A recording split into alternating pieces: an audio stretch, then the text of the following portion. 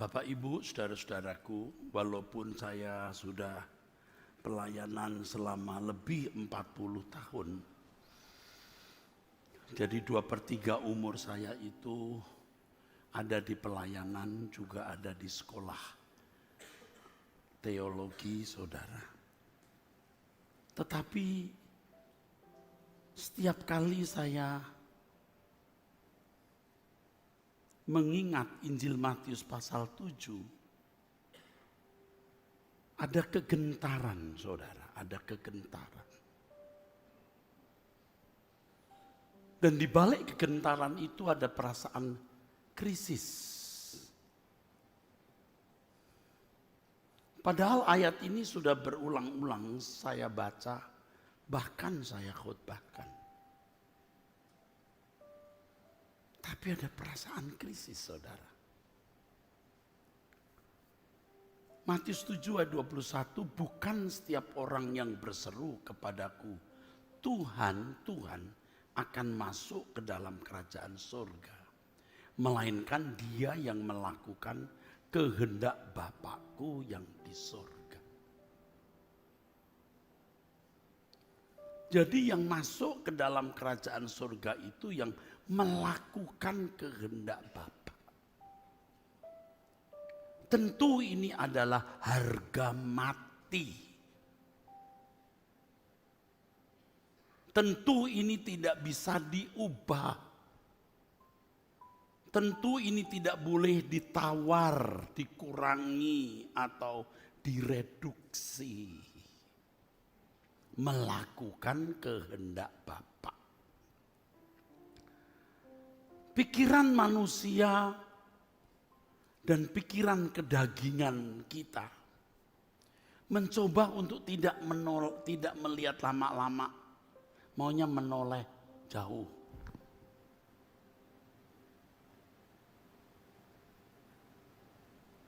Manusia kedagingan kita menolak untuk memperhatikan serius.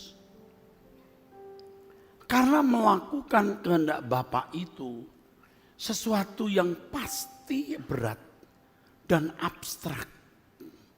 Macam apa melakukan kehendak Bapa ini, saudara? Kalau melakukan hukum kan jelas, saudara. Jangan membunuh. Kita bisa berkata, buktikan kalau saya membunuh. Tidak ada yang saya bunuh, artinya tidak menghabisi nyawa orang. Jangan mencuri, jelas. Tidak ada barang orang yang saya ambil dengan paksa dan ilegal. Hormati orang tuamu. Tanya mama papa. Orang tua bisa menyaksikan bahwa anak saya ini nurut banget. Saya bersyukur punya anak seperti dia. Nah, kalau orang tua sudah berkata begitu, sah. Sudah punya legal standing. Berzina, buktikan. Saya tidak berzina. Menipu, buktikan. Jelas delik hukumnya, saudara. Jadi tidak heran kalau Paulus berkata, ditinjau dari Taurat, ya, ditinjau dari Taurat, aku tidak bercacat. Ditinjau dari Taurat, aku tidak bercacat.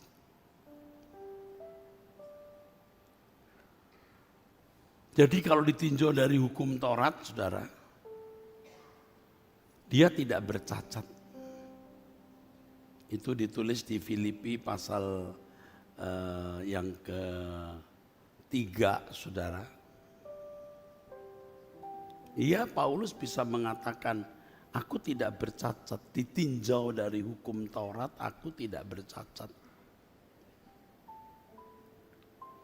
Kalau kalimatnya, ya saudaraku, bahwa dia bisa menunjukkan semua kelebihan yang dia miliki. Seperti begini kalimatnya.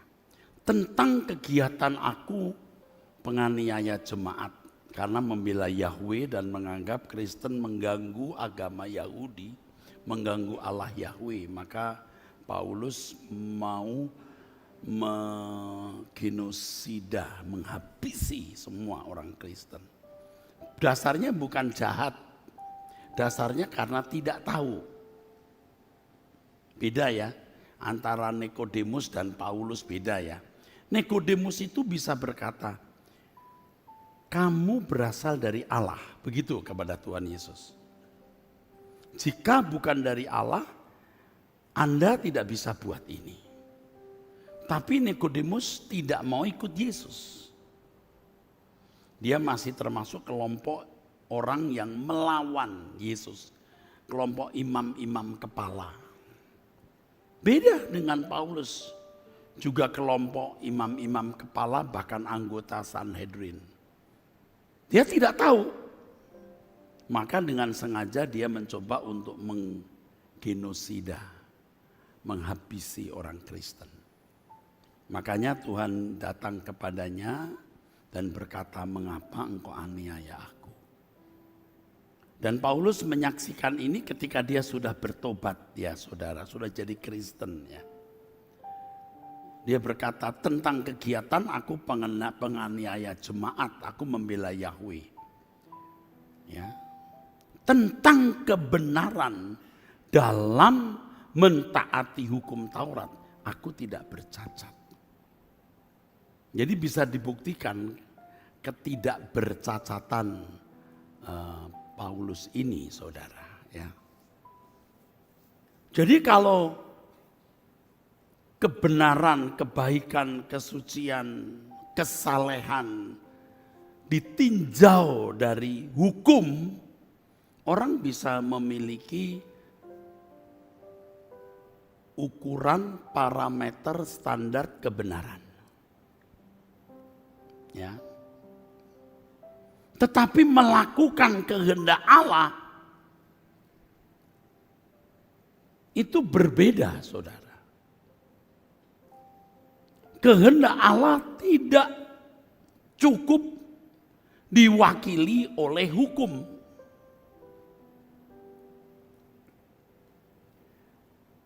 Injil Matius pasal 5, 6, 7 ketika Tuhan berkhotbah di bukit dengan tema yang dengan sebutan yang terkenal di Alkitab, khotbah di bukit, Tuhan Yesus meletakkan landasan cara berpikir, memandang hukum dari perspektif umat pilihan. Hukum berkata, ya, kasihi saudaramu, bencilah musuh. Tidak salah. Mata ganti mata, gigi ganti gigi. Tetapi Yesus mengajarkan kasihi musuhmu. Berbuatlah baik bagi orang yang menganiaya kamu. Kalau dalam ukuran dunia, ya, menghabisi nyawa itu, maksud saya membunuh itu menghabisi nyawa. Tapi kalau Tuhan Yesus membuat standar, membenci saudaramu, kamu seorang pembunuh. Ayo, bagaimana mau dibuat standar ukuran parameternya bahwa dia seorang pembunuh? Mana bisa? Anda duduk di situ lihat pemain gitar. Misalnya Anda lihat pemain gitar. Anda pernah flash dalam hati saudara, Anda berkata, maaf ini cuman ini ilustrasi ya nak, jangan kau pikir beneran. Saudara dalam hati berkata begini, setan, laknat, mudah-mudahan kamu disambar geledek. Itu membunuh. Tapi siapa yang bisa membuat parameter ukuran bahwa dia telah membunuh? Tidak bisa. Berzina itu melakukan hubungan seks di luar nikah. Atau dengan yang bukan pasangannya. Tetapi Yesus berkata, kau melihat lawan jenis dan mengingini, kau berzina. Cuma Jadi melakukan kehendak Allah itu tidak sama, saudara, dengan melakukan hukum. Jadi ukuran apakah Anda benar atau tidak, itu Tuhan sendiri. Halo, masih bersama saya? Ukurannya Tuhan sendiri. Apakah Anda melakukan kehendak Allah atau tidak? Ukurannya Tuhan. Makanya saudara, saya mengatakan dari dulu satu kalimat yang saya juga belum pernah baca dimanapun. Kalau ada mungkin ya sama. The Lord is my law. God is my law. Tuhan adalah hukumku. The Lord is my law. Tuhan itu hukumku. Jadi hukumku itu Tuhan. Apa yang Dia pandang baik, itu yang harus kulakukan. Dan itu yang baik. Apa yang Dia tidak pandang baik, itu salah. Dan aku tidak boleh lakukan. Jadi ini luar biasa saudara. Kalau agama biasanya kan manusia encounter with law. Ketemu berjumpa dengan hukum. Tetapi kekristenan itu manusia berjumpa encounter with God. Wow, luar biasa saudara. Makanya kenapa saya gelisah. Kalau ketemu itu kok rasanya ada perasaan krisis. Ada yang kurang gitu loh. Karena gak yakin. Aku sudah melakukan kehendak Allah belum? Rasanya nggak mau lihat ayat itu. Ini urusannya repot. Amin. Daging kita, manusia lama kita nggak suka. Merepotkan ini. Kalimat lain apa selain merepotkan? Menyita hidupku. Ini bikin gua habis nih. Kita beri tepuk tangan untuk kebenaran ini, saudara. Jadi makin tua makin mengerti kebenaran. Jadi makin berat pelayanan. Karena kita mulai makin lihat standar yang untuk diri kita sendiri sebagai pendeta. Wangel. Bukan angel, wangel. Berat. Lalu jemaat. Waduh berat nih. Berat. Dan kenyataannya saudara-saudaraku, kalau saya hidup bergaul di tengah-tengah masyarakat, tidak sedikit jemaat bahkan yang sudah sekolah teologi gitu ya saudara. Standarnya masih jauh. Nah Anda tahu mengapa Yohanes Pembaptis datang membaptis? Loh mereka itu sudah orang Yahudi, nggak boleh dibaptis. Yang dibaptis itu orang non-Yahudi yang masuk Yahudi. Namanya baptisan proselit. Jadi orang Yahudi mau masuk Yahudi, orang non-Yahudi mau jadi orang Yahudi, mau beragama Yahudi dibaptis. Jadi kalau saudara membaca Alkitab Naaman itu harus baptis 7 kali, itu artinya kamu harus jadi umat Israel dulu. Loh, yang dibaptis itu orang kafir yang masuk Yahudi. Nah sekarang orang Yahudi sendiri kok disuruh baptis. Ini kalau pakai bahasa bebasnya begini saudara. Kamu Yahudi tapi kelakuanmu enggak Yahudi. Makanya ketika dia bertemu dengan tokoh-tokoh agama yang mau dibaptis, Yohanes Pembaptis berkata, hei kamu ular beludak. Tuh. Bertobat, hasilkan buah pertobatan. Artinya gue gak peduli, kamu orang ini pemimpin agama. Yang penting buahnya. Lalu orang-orang Yahudi kenapa dibaptis? Supaya bertobat. Loh kok suruh bertobat? Lakukan hukum sesuai dengan jiwanya. Bukan hanya sesuai dengan suaranya atau hurufnya. Kalimat, kenapa? Karena Yohanes Pembaptis ini mempersiapkan jalan bagi Tuhan. Bagi Yesus yang akan mengajarkan kebenaran yang bersifat batiniah. Baik dulu baru masuk ke sempurnaan. Baik saja belum, you gak bisa masuk ke sempurnaan. Maka baptis dulu.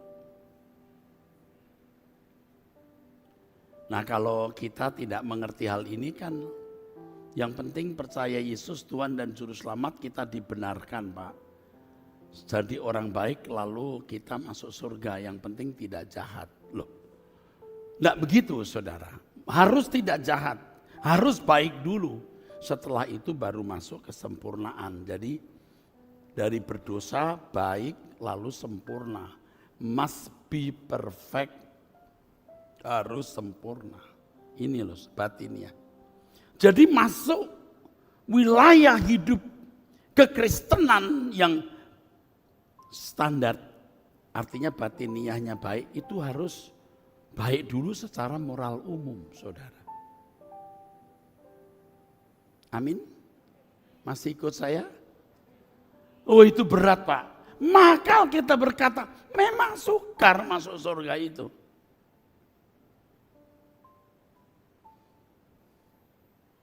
Melakukan kehendak Allah itu, saudara. Mumet kita. Mumet, kalau orang Jawa bilang judek kita. Gimana ya? The Lord is my law.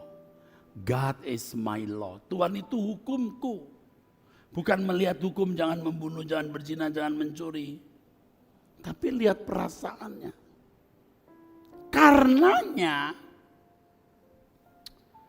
orang percaya itu harus tinggal di dalam Tuhan. Tinggal di dalam Tuhan itu bersekutu dengan Tuhan sepanjang waktu. Supaya bisa mengerti apa yang Dia kehendaki, apa yang baik, yang berkenan dan yang sempurna. Orang percaya, saudaraku, tidak boleh lepas luput dari persekutuan dengan Tuhan. Karenanya Roh Kudus dimeteraikan. Jadi Anda tidak bisa mengatakan, saya tidak tahu kehendak Allah. Kamu bukan tidak tahu, kamu tidak mau tahu. Kalau mau tahu, Tuhan beritahu. Jadi kalau Kristen standar itu, perjumpaan dengan Tuhan setiap hari dalam doa harus, lalu menghayati kehadiran Tuhan, lalu berjalan dengan Tuhan setiap hari. Kalau ada sesuatu yang Tuhan tidak kehendaki kita lakukan, ada semacam lembaga atau institusi atau mahkamah di dalam batin kita yang sudah memberikan signal. Salah, salah, salah, salah. Tapi kalau kita melakukan apa yang sesuai dengan kehendak Allah, bagus, bagus. Rewardnya damai sejahtera. Rewardnya damai sejahtera. Kalau salah, signalnya jelas, damainya hilang. Sampai tingkat tertentu nanti itu rasa damai hilang itu sampai tingkat menyakitkan. Sampai tingkat menyakitkan, saudara. Jadi akhirnya saudara pada tahap bukan tidak mau berbuat dosa, tidak bisa karena menyakitkan. Nah saudara baru bisa merasakan apa yang Tuhan rasakan. Karena orang percaya itu bisa mendapatkan privilege, hak istimewa, tinggal di dalam Tuhan. Engkau dalam aku ya Bapa, aku dalam engkau dan mereka dalam kita. Standarnya begitu saudara. Saya belum sempurna tapi saya mau finishing well. Artinya di sisa umur hidup saya berusaha untuk itu. Saya berusaha, terus berusaha. Berat tapi berusaha, saudaraku. Karena Tuhan itu hukum kita harus melekat dengan Tuhan, saudara.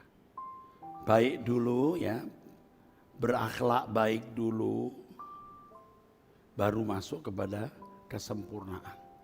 Maka hubungan seseorang dengan Tuhan tidak bisa diceritakan lengkap. Karena ada unsur adikodratinya. Maka kita juga tidak bisa menghakimi orang, saudara. Tidak bisa. Siapa yang tahu kedalaman hati seseorang? Biarlah urusan dia dengan majikannya. Jadi kalau dikatakan sempurna seperti Bapa, itu bukan berarti kita mau menyamai Allah. Kita tidak akan pernah menyamai Allah. Sempurna seperti Bapa itu artinya segala sesuatu yang kita lakukan selalu sesuai dengan pikiran dan perasaan Allah. Kalau dikatakan serupa dengan Yesus, itu bukan berarti kita menyamai Yesus. Tetapi ada satu kesamaan kita dengan Yesus. Segala sesuatu yang Yesus lakukan selalu sesuai dengan kehendak Bapa.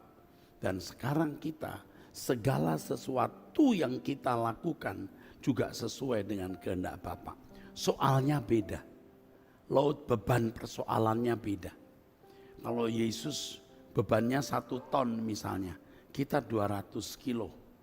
Soalnya 1000, kalau kita hanya 150. Tapi 150 itu harus lulus. Amin. Makanya sempurnanya seseorang beda dengan yang lain. Karena persoalannya beda. Tapi kesamaannya di dalam persoalan itu, dia harus melakukan sesuai dengan kehendak Allah. Karena hukumnya melakukan kehendak Allah.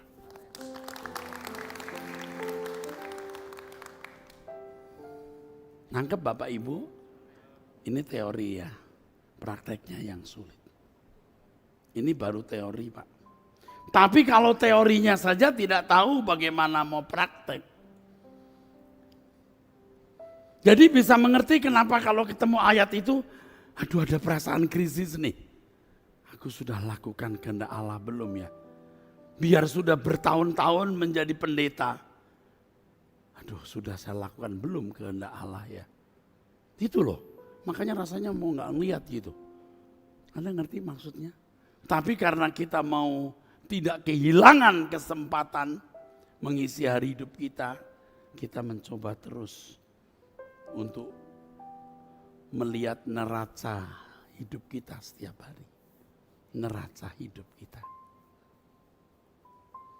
Untung ruginya, apa yang salah yang kita lakukan. Karena kebenaran hidup kita itu dinilai oleh Tuhan. Nah, kenapa sampai begitu? Ini terkait dengan kodrat dosa, saudara. Orang yang tidak mengenal Yesus sebagai Tuhan dan Juru Selamat itu bisa berbuat baik. Walaupun tentu tidak sempurna. Tapi bisa berbuat baik sampai tingkat sangat baik. Nuh itu dipuji. Yusuf di Perjanjian Lama nyaris tidak pernah kita temukan salahnya. Ya, ada orang-orang saleh. Makanya 10 hukum Aseret Hedevarim diberikan 10 perintah Allah. Karena manusia bisa melakukan itu, saudara. Walaupun masih berkodrat dosa, bisa.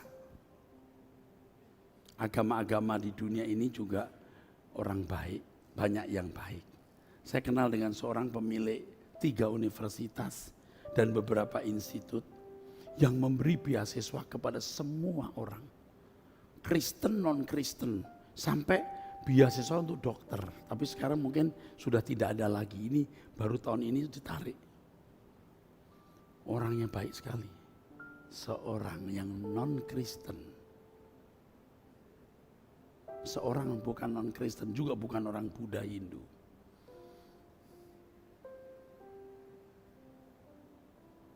sempat menawari saya gedung, kalau Bapak mau gedung ini, saya bilangin sama dia. Saya bilang, saya ini untuk sekolah pendeta loh.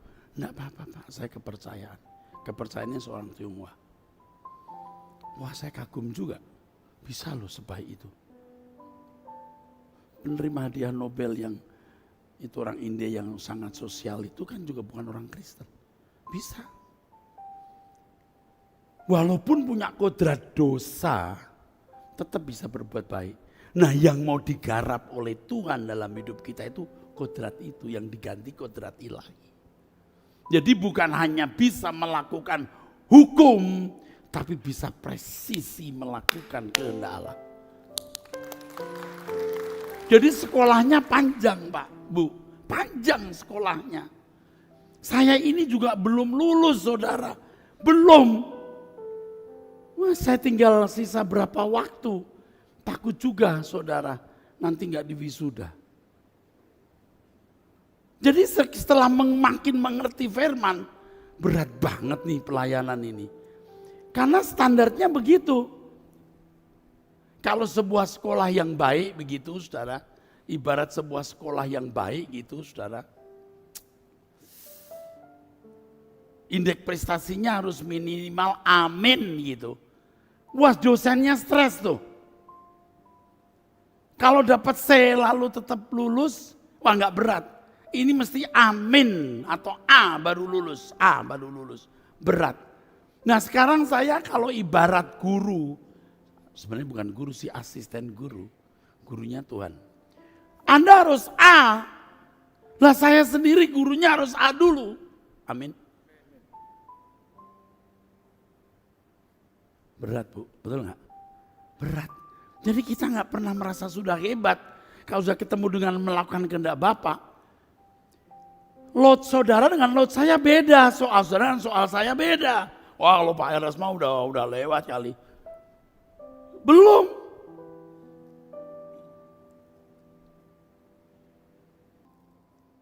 Jadi kalau umat perjanjian lama ya, yang penting melakukan hukum gitu saudara. Hatinya masih terikat dengan percintaan dunia itu tidak salah. Karena standarnya memang begitu. Kalau kita harus melekat dengan Tuhan. Saya kalau ngomong sampai nggak keluar. Siapa yang mau ngikut jalan hidup seperti ini gitu. Kitanya sendiri kadang-kadang juga masih, waduh kok masih ada ikatan-ikatan yang kita terus coba untuk putuskan. Amin saudara. Itu Kristen tuh begitu. Jadi jangan ribut deh. Lo ngurus diri sendiri aja kita masih keteteran saudara. Cuma karena saya pelayan Tuhan ya saya biar keteteran gimana ya tetap mesti ngomong. Tetap terus ngajar, sementara saya ngajar saya belajar karena belajar yang baik itu mengajar.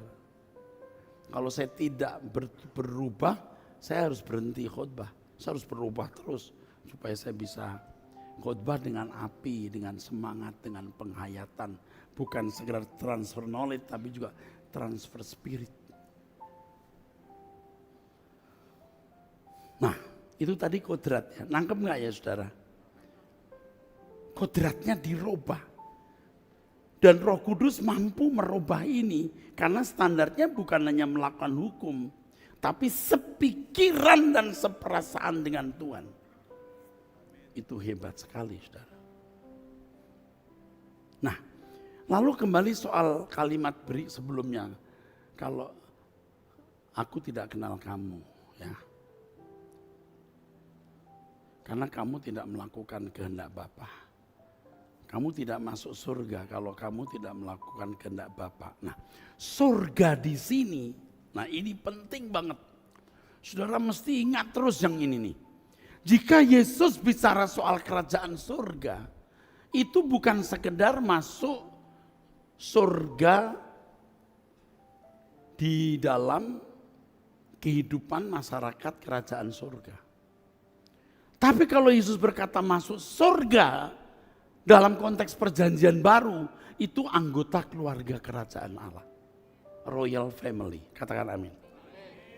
Kalau perjanjian lama kan kenal surga juga. Siapa gerangan ada padaku di surga selain engkau. Nah, surganya umat perjanjian lama itu masih masyarakat, saudara, kalau mereka masuk. Tidak ada yang sempurna, Pak. Iya, tapi darah Yesus pun untuk mereka, saudara. Kalau mereka gagal melakukan hukum, ada darah domba yang disembelih. Itu sarananya. Tapi mereka tidak bisa masuk wilayah rumah Bapa. Jadi kalau Yesus berkata, akulah jalan kebenaran dan hidup, tidak seorang pun sampai kepada Bapa kecuali melalui aku. Akunya ini, Yesus, sampai kepada Bapa, itu hubungan eksklusif. Turis bisa masuk negeri ini, Bali, Jogja, Danau Toba, Jakarta. Jakarta juga bisa ke Kuningan, bisa ke Grogol. Jangan masuk istana, ditembak di tempat. Yang boleh masuk itu presiden dan keluarga presiden. Amin. Kita itu rumah Bapak. Jadi jangan saudara bayangkan rumah Bapak itu sama dengan di luar rumah Bapak. Kalau waktunya cukup, saya pasti menjelaskan bahwa kita kan memerintah bersama-sama Yesus. Memerintah bersama-sama Yesus.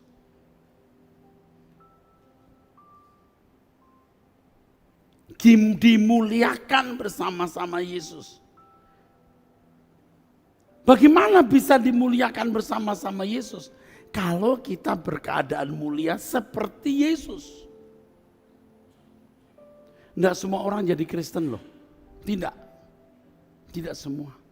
Jadi kalau saudara bertemu dengan orang-orang yang bertemu dengan orang non-Kristen ya, saudara jangan paksa-paksa masuk Kristen, saudara. Dia masuk Kristen hanya karena beras 5 kilo per bulan, beras terus gulanya 1 kilo. Percuma. Percuma. Wah, saya sudah memenangkan jiwa tuh ke gereja.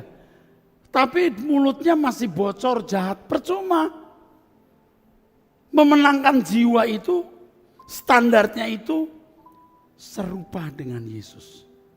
Jadi harus terus dibimbing.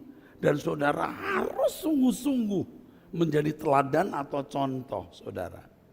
Nah, gereja itu harus punya 2 hal. Dari dulu saya bicara, tapi sekarang saya makin mengerti. Dulu hanya agak ngomong, sudah saya lakukan juga, tapi tidak semilitan hari ini.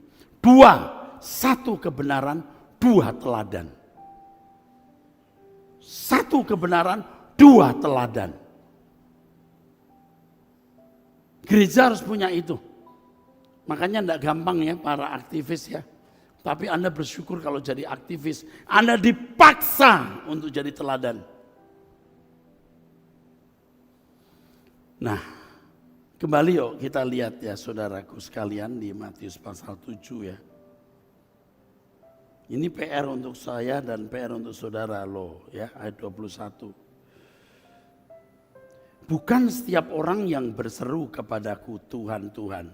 Kepadaku, kepada Yesus ya. Percaya Yesus Tuhan, oke. Bukan setiap orang yang berseru kepadaku Tuhan, Tuhan akan masuk ke dalam kerajaan surga. Melainkan dia yang melakukan kehendak Bapakku yang di surga. Melakukan kehendak Bapa di surga. Dan Yesus sebagai model dari seorang yang melakukan kehendak Bapa. Jadi kita harus serupa seperti Yesus. Percaya Yesus Tuhan itu harga mati. Sekarang masalahnya bagaimana kita mengenakan hidupnya. Kita kelasnya sudah gak mikirin Yesus Tuhan. Ya udah saya ngomong anak sekolah minggu juga ngerti piye toh. Kalau kamu percaya Yesus Tuhan itu, kamu harus to be like Him, mengenakan hidupnya. Melakukan kehendak Bapa. Udah itu aja ya, sorry.